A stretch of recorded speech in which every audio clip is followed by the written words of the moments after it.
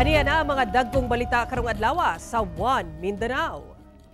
Miabot na sa 12 ang nadakpan sa paglapas sa Comelec gun ban sa Davao City. Siyam ka armas ug usa ka kutsilyo na kumpiska. 10-wheeler truck nga nag-ikis-ikis dayon bangga sa poste sa kuryente sa Davao City na wad-an daw og preno. Laing SUV na damay. Kapulisan, giimbestigahan ang gingong drug race sa National Highway sa Carmen, Davao del Norte. Mock election sa upat ka mga presinto sa Surigao del Norte, Barm ug Sulu, walay aberya sumala sa Comelec. Third ug fourth Mindanao leg sa GMA Masterclass Election 2025 Dapat Totoo Series, malampusong gipahigayon sa Cagayan de Oro City ug Bukidnon. Ito ang GMA Regional TV One Mindanao. Mayong hapon Mindanao, ako si Sara Hilomen Velasco. Sulod lang sa duha ka semana, ana-ana sa 12 ka mga individual ang arestado tungod sa kalapasan sa Comelec gun ban sa Davao City. Ang detalye sa report ni Argil Relator live. Argil. Sara, sa mga nadakpang nagmalapason sa Comelec gun ban, ana-ana sa siyam ka firearms ug usa ka deadly weapon ang nakumpiska sa kapulisan. Usa ka 33 anyos nga lalaking nanghasi sa usa ka panagtapok sa barangay Dakudao, Davao City gamit ang iyang .22 Black Widow revolver.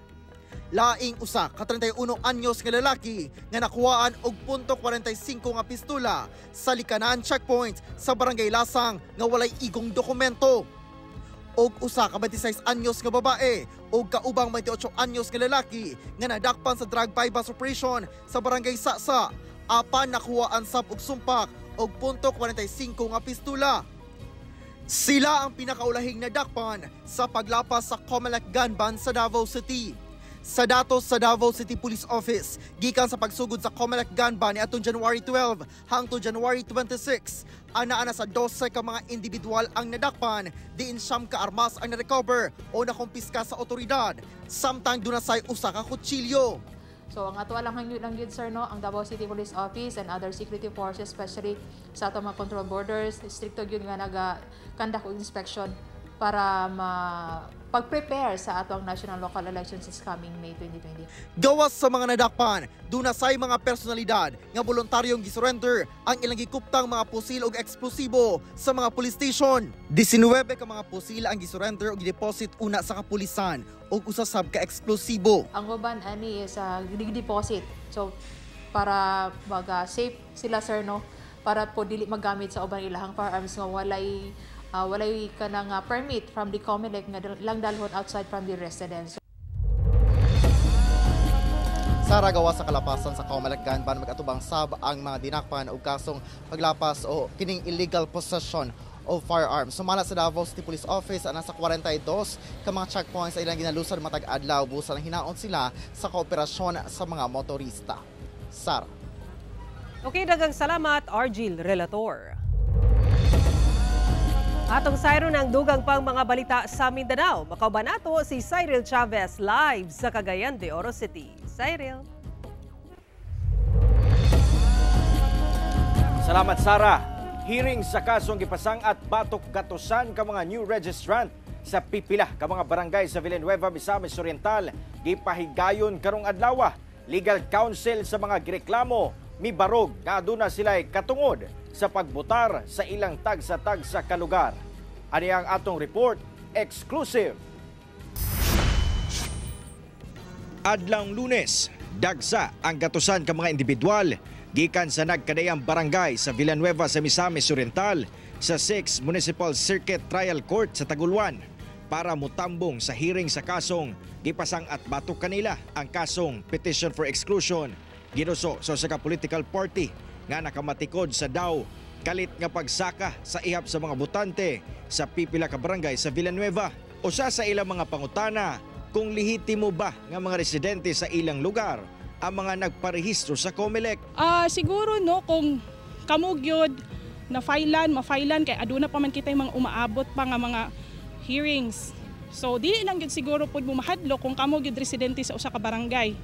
Magdala lang gyud kamo sa inyuhang mga proof. Una na silang nagduso og reklamong petition for opposition sa COMELEC sa milabayng tuig. Batok sobra 900 ka mga newly registrant. Apan sobra 100 lamang ang na-disapprove sa COMELEC. Rason nga nagduso sab sila og petition for exclusion ngadto sa MCTC. Ang mga gireklamong residente wala na miatubang sa kamera.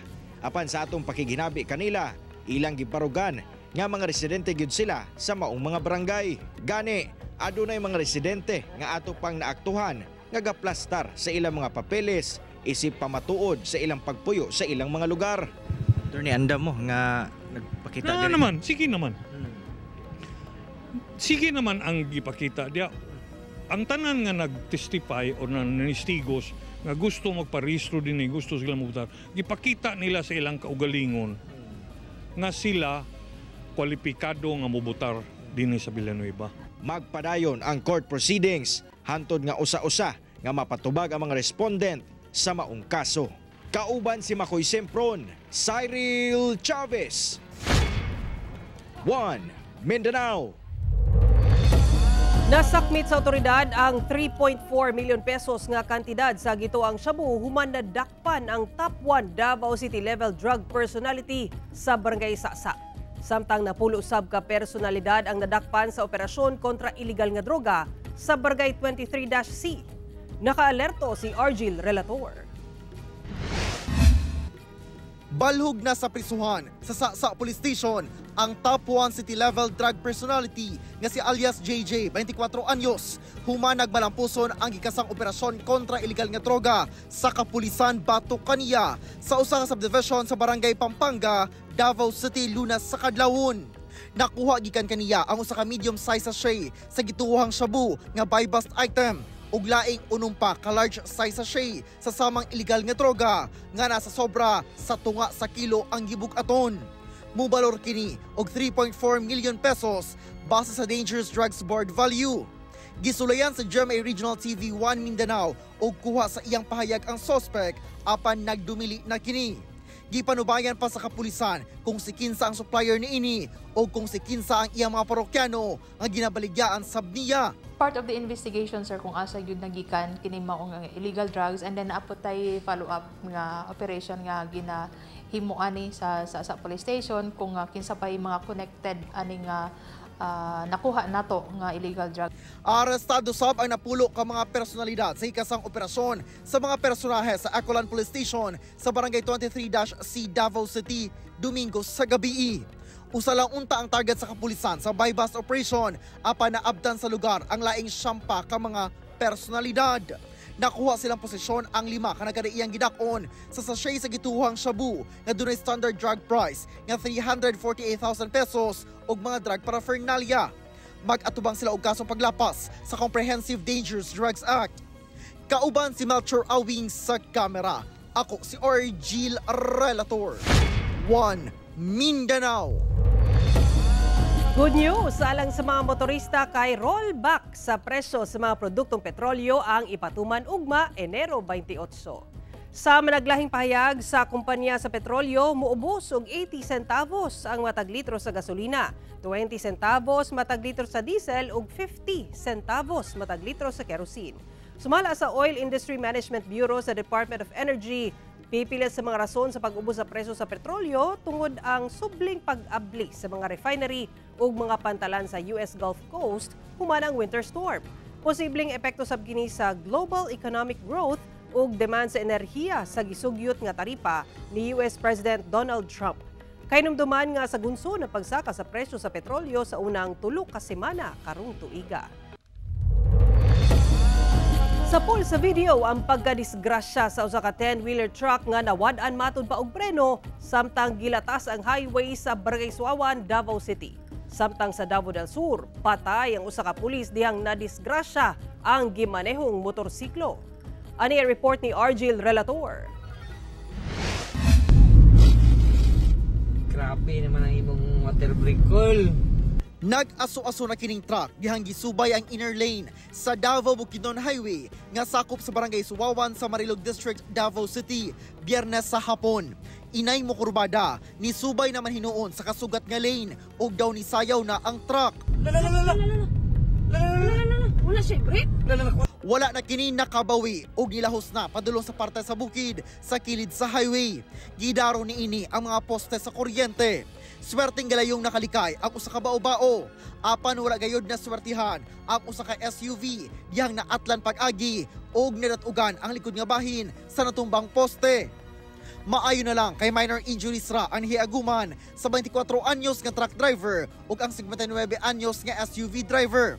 Wala na mihatag og payag at tubangan sa kamera ang truck driver. Apan kalit lang matud pa nga nawala ang brake, hinungdang nawad-an siya og kontrol sa truck. Nakatakda hinuong makipagsettle ang kumpanya sa truck sa nagmaneho sa SUV nga nadanyos.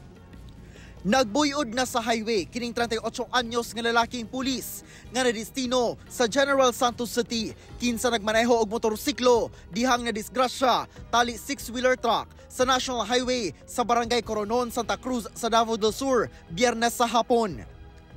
Paingon og Digos City ang duha ka mga sakyanan sa dihang kalit lang matud pa nga nag-U-turn ang truck sa padavaw nga direksyon diin nitabo kini sa yellow solid lane hinungdang naigo sa motor ang truck. Sa kusog sa impact nalagpot ang rider. Dead on arrival na kini sa ospital. Gikustodiya na sa Santa Cruz Municipal Police ang 49 anyos nga truck driver. Gikasubo sa General Santos City Police Office ang nahitabo sa ilang personahe. Nabalitok na kining van sa highway sa Padada, Davao del Sur human nahulog sa gisakyan ni ining truck. Nakatulog matud pa ang 54 anyos nga driver sa truck hinungdang mibangga kini sa bakal nga poste sa suga sa tunga sa Central Island Sabado sa kadlawon. Sa kakusog sa impact nahulog ang usa sa 5 ka mga karga ni ining sakyanan. Maayo na lang kay walay naangin sa maong disgrasya. Ako si Orgil Relator, 1 Mindanao. Tulo ka Chinese nationals ug usa ka Pilipino ang arestado sa ilegal nga pagmina sa New Corilla, Davao del Norte. Gipahigay na operasyon sa kapulisan kauban ang Mines and Geosciences Bureau Region 11 sa Purok 2, Barangay Mambing sa New Corilla, Davao del Norte kung asa matud pa dunay ginahimo nga dili otorisadong mining activities. Wala matud pay napakita nga mga legal nga dokumento ang tulo ka Chinese nationals ug usa ka Pilipino nga maoy backhoe operator nga naabtan sa ilang pagmina sa lugar. Gikumpis kasab ang tulo ka backhoe units, 4 ka water pumps ug 2 ka set sa fabricated screeners. Ana-ana sa kusudiya sa New Corilla Municipal Police Station ang mga dinakpan alang sa pagpasangat og tukmang kaso. Wala sila'y pahayag.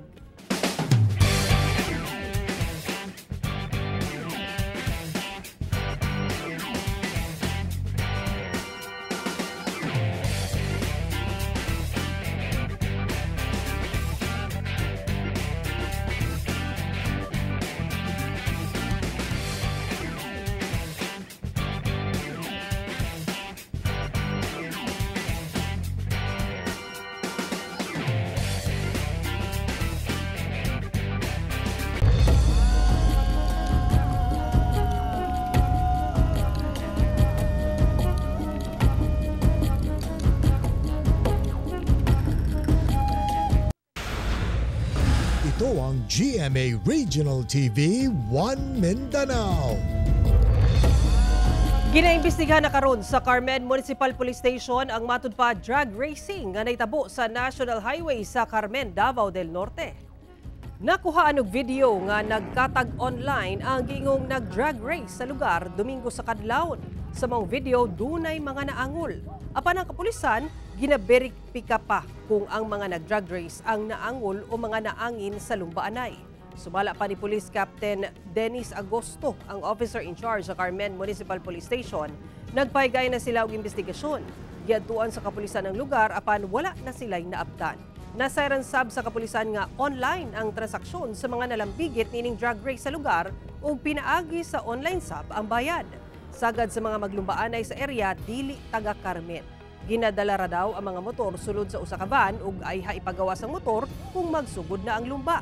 Mas gipakusga na sa kapulisan ang ilang police visibility sa lugar.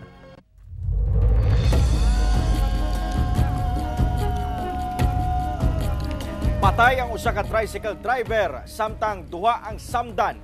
Human nadaro sa usa ka jeep ang usa ka tricycle sa Pulumulok South, Cotabato. Ang detalye sa report ni Efren Mamak.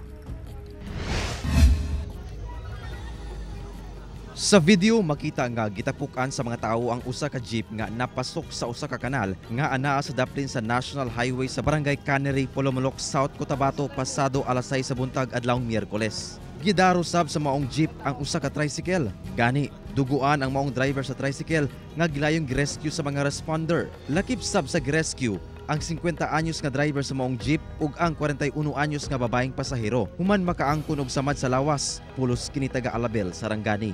Apan paglabay sa pipila ka adlaw sa ospital, nakabsan sa iyang kinabuhi ang driver sa tricycle gumikan sa grabing samad sa lawas. Nag-edad kini og 38 anyos og residente sa Barangay Bagsaysay sa maong lungsod. Sa investigasyon sa kapulisan, padulong ang jeep sa Tupi, South Cotabato diyang nawad-an og kontrol ang driver. Miluksok kini sa maong jeep ug gidaro niini ang nakaparadang tricycle. Dahil wala nang nagmaniobra doon sa jeep, dumiretso doon sa kanal. But doon sa pag-diretso niya sa kanal, nahagip niya ang isang nakapark na tricycle. Tambag sa kapulisan sa mga driver sa mga sakyanan nga batasanon ang pag-check sa kondisyon sa mga sakyanan una magbiyahe. Kauban si Gary Balantay ug Bong Vicencio. Efren Mamak, One Mindanao. Patay na diyang nakaplagan ug nalubong pa sa yuta ang pipila ka parte sa lawas sa usa ka lalaki kinsa giingong gianod sa tubig baha human misulay og luwas sa iyang binuhing kabaw. Nalubong na sa lapok ang parte sa lawas dining usa ka lalaki diyang nakaplagan sa mga residente sa barangay Kadaatan, Santa Maria, Davao Occidental. Human kini gianod diyang misulay og luwas sa iyang kabaw nga naanod sa tubig baha pasado alas 4 sa hapon kagahapon. Sa impormasyon gikan sa Santa Maria Municipal Police Station, giilalamang ang biktima nga usa ka 62 anyos nga laborer og residente sa maong barangay. Base sa investigasyon sa kapulisan, nag-inom sumala pa ang biktima kaniadtong Sabado sa gabi apan miadto sa sapa human masayod nga gianod sa tubig baha ang gitugway nga binuhing kabaw. Hinoon, walay nakitang foul play ang otoridad sa kamatayon sa biktima ug midumili na sab ang pamilya nga ipailawom sa otopsiya ang patayng lawas niini. Patay ang usa ka miyembro sa Dawla Islamia Maute Group atol sa engkwentro tali militar sa Piagapo, Lanao del Sur. Humanang bakbakan tali militar ug Dawla Islamia Maute Group sa Barangay Kalangan sa Piagapo, Lanao del Sur. Patay ang usa sa miyembro niini ug usasab ang samdan sa bahin sa gobyerno. Sumala sa Western Mindanao Command nga unang nakaengkwentro sa 8th Scout Ranger Company ang DI Maute Group nga gipanguluhan sa usa ka alias Usman. Sunod nga nakaengkwentro sa maong teroristang grupo ang 44th Infantry Battalion nga milungtad og kapin 15 minutos. Nakuha sa militar ang tag-as nga kalibre sa armas, mga eksplosibo ug mga kahimanan. Malampusong napahigayon ang mock election sa upat ka presinto sa Surigao del Norte nga kabahin sa pagpangandam sa umaabot nga May 2025 midterm elections. Ani report ni Argil Relator. Sayong nangabot ang mga botanteng partisipante sa gipahigayong mock elections sa COMELEC para sa 2025 midterm elections sa Surigao del Norte. Duha ka presinto sa Surigao City o duha sab ka presinto sa lungsod sa Placer nga random matud pangagipili sa COMELEC Central Office. Alas 7 sa buntag hangtod alas 10 sa buntag ang botohan. Alas 12 sa udto, dihang naproklama na sa Municipal, City o Provincial Board of Canvassers ang mga mananaog. Di mailhan kini nga nagmalampuson ang ilang gipahigayong mock elections. Sa 400 nga balota sa mock elections, niabot sa 390 o 97.5% ang voter turnout o ang ihap sa mga nibutar. Sa atong pagpasabot sa ilaha nga, we will do it, we will proceed as if today is the election day. So nakasabot raman sad, pero ang curiosity sa atong mga voters, medyo na sila'y longer time mo tutok pa sa makina, no, magtanaw-tanaw. Hagit matud pa sa usa ka barangay ang pagpangita og signal aron matransmit ang resulta sa Board of Canvassers. Hinoon, gilayon ra sab kini nga nasolusyonan gamit ang Starlink. Wala hinuoy dagkong aberya sa proseso sa gipahigayong mock elections. Kita nato sa ato ang mga sa ato ang mga botante sa tibuok Pilipinas, dili lang sa Caragao sa Surigao del Norte, nakasaligan ang resulta sa atong eleksyon. Magsugod na ang 90-day campaign period alang sa mga national candidates sama sa senators ug party list sa February 11. Ako si Orgil Relator. 1 Mindanao. Samda ng magbanay nga gikan naligo sa dagat human nalagpot sa gisakyang tricycle dihang nabanggaan og usa ka van sa Alabel, Sarangani. Ang detalye sa report ni Efren Mamak. Sa video makita kining pipila ka katawo nga naglingkod na sa kadalanan sa Barangay Kawas, Alabel, Sarangani pasado 1:00 Domingo sa hapon. Duna say mga residente ang nitabang sa usa ka bata nga ana-ana sa kasagbutan. Duna say girescue nga anaa sa usa ka kanal. Makita sab kining usa ka babae nga naghigda na sa kalsada. Kiti nakabangga. Ban? Magbanay di ay kini nga sakay sa usa ka tricycle nga gibanggaan matud pa sa nagsunod nga van. 8 ang samdan sa mong hitabo. Apan 2 na lang niini ang padayong ipatambalan sa ospital. Hinuon ana sa luwas ang kahimtang. Sumala sa kabanay sa maong mga biktima, gikan matud pagkini nga ligo og dagat. Diyang sa ilang pagpauli, gibanggaan sa maong van. Ang gisakyan sa akong pamilya is nasa Daplin, katong van gibanggaan sila. Ang katong van is parang naratol ang driver, kay 21 years old pang driver sa van. Tanon pa. Hinuon ni surrendera sa kapulisan ang 21 anyos nga lalaking driver sa van sa usa ka PNP substation. Wala pa kini miluwat og pahayag. Balana mo nga ni-surrender dito ang driver tungod kay wala siya mohunong dito sa area sa insidente kasi nahadlok siya daw na basig bugbugon o kulatahon siya sa mga tao.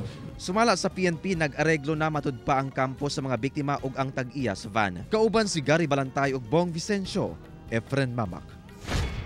1 Mindanao.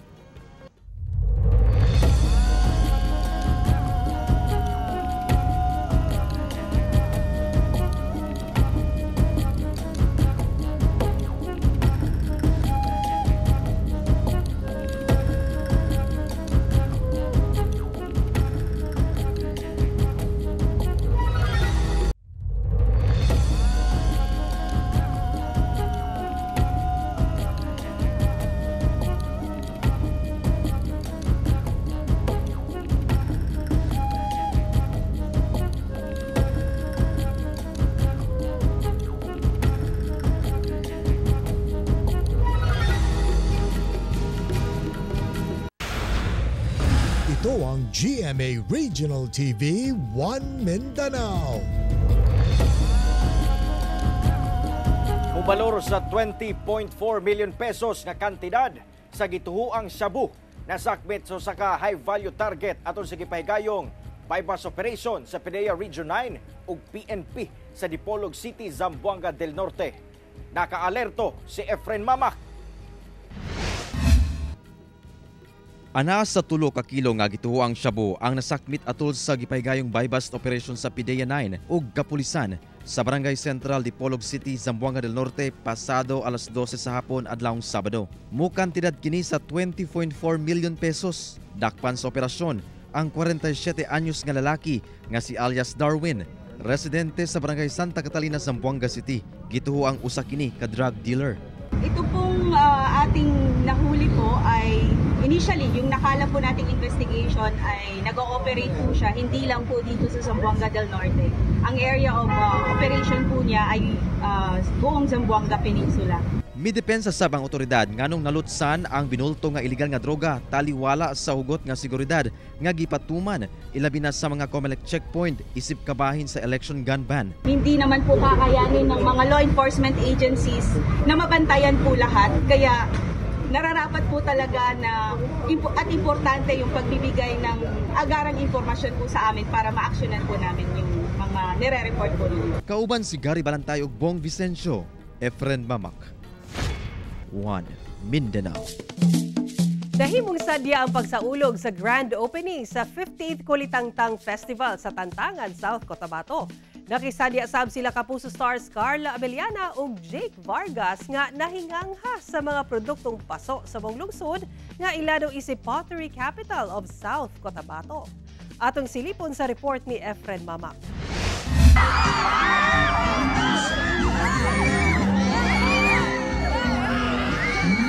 Puno sa kalipay ang mga Kapuso fan atol sa grand opening sa 15th Kulitangtang Festival sa Tantangan South Cotabato nga gipahigayon sa parke ng Tantangan sa Maong Lungsod adlawng Martes.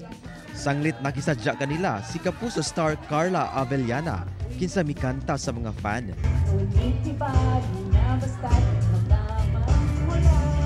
Nagpakilig sa pinaagi sa pagkanta ang usa sa cast sa GMA's family sitcom Pepito Manaloto nga si Jake Vargas.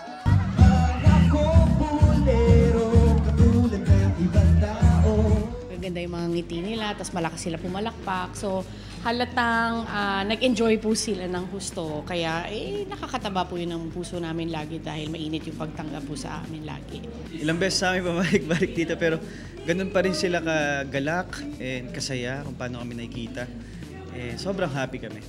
Gipasigarbo sab sa munisipyo sa Tantangan ang pagkailado ni ini isip Pottery Capital sa South Cotabato. Gani kini ang bida sa kapistahan, ang mga mabulokon nga mga paso nga sagad ginahimong flower vase. Usa sab kini sa mga adornment sa bahay kubo nga pa-contest sa kapistahan gawas sa mga produktong agrikultural. Tungod ni ini, nahinga nga sila Kapuso star Carla ug Jake sa katakos sa taga Tantangan. Gani matud ni Carla, tig-kolekta matud pa ang yang lola ni ini kaniadto. Dahil pinalaki po ako ng lola ko, kahit pa paano, it reminds me of yung how I grew up na nangongolekta siya ng mga ganon. Hindi man po galing dito, pero may isa po yun sa mga kinahiligan niya noon. Samtang nakasinatisab sa paggama ni ini kaniadto si Jake, dili matud pa sa yun ang paghimo ni ini. Hindi siya basta-basta kailangan, may level siya, tapos kailangan yung kamay mo may kung paano mo siya ibabalance, diba? Kauban si Gary Balantay ug Bong Vicencio, Efren Mamak. 1 Mindanao. Gipaybalo sa Land Transportation Office Region 11 nga dunay bastanteng supply sa plastic card alang sa paghatag og driver's license sa Davao Region karong tuiga. Gibutyag ni Yuri Lim, ang head sa Enforcement Service sa LTO 11 nga nasulbad na sa Central Office ang problema kaniadto sa kakulangon sa plastic card alang sa mga issued driver's license. Kainumduman nga sa milibayng tuig giangkon sa LTO 11 nga moabot sa 139,000 ang backlog sa plastic nga lisensya sa riyon kon 4.1 million sa tibok nasod. Paday ang panawagan sa LTO 11 sa mga driver's license owner nga naisyuhan og papel nga i-claim na ang ilang plastic card nga lisensya sa mga opisina sa buhatan sa Davao Region. Mao kato muling balita sa Mindanao karong adlaw. Mamahimo ninyo kini makita pag-usab pinaagi sa pagbisita sa official website sa GMA Regional TV o bisitahan ang among official YouTube channel ug i-click ang subscribe button para sa pinakaulahing balita. Daghang salamat sa atong mga kapuso sa Mindanao nga nagalantaw kanamog sa atong mga kapuso abroad. Padayon lang sa pagtutok sa mga lokal nga balita matag adlaw tungod sa GMA Regional TV, Local News Matters. Kami ang GMA Regional TV 1 Mindanao, tibok persa para sa mas dakong misyon ug mas halapad nga pagserbisyo sa nasod.